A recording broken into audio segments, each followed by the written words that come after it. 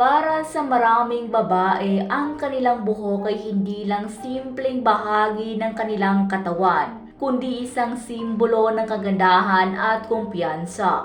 Tinatawag ang crowning glory ng mga babae ang kaniyang buhok. Ito ay dahilan kung bakit maraming kababaihan ang maingat sa pag-aalaga ng kanilang buhok. Ngunit kakaiba nga ang ginawa ng aktres na si Raisa Sinon. Isa si Raisa sa pinakamahusay na aktres ng kanyang henerasyon. Sa bawat pagganap ay talaga namang ipinapamalas niya kung gaano siya kahusay o marte, lalo na nga bilang isang kontrabida. Sa katunayan, itinuturing si Raisa bilang isa sa pinakamagaling na kontrabida sa Philippine showbiz. Ngunit bukod sa kanyang husay sa pag-arte, isa rin siya sa may pinakamagandang mukha sa showbiz.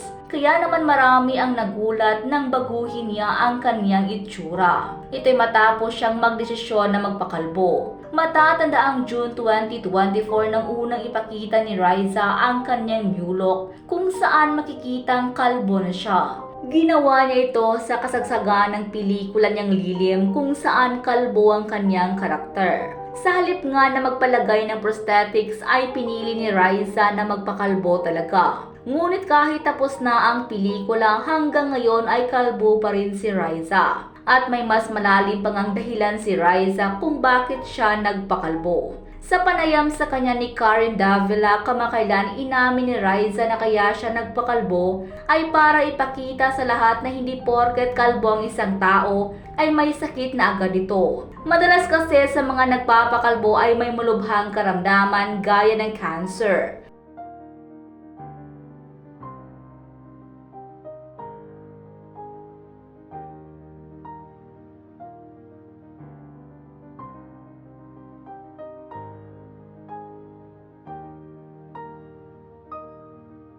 Ibinahagi naman ni Raisa na marami ang nabe-message sa kanya ng mga cancer patients at nagpapasalamat sa kanya dahil na-inspire umano ito sa kanya na magpakalbo.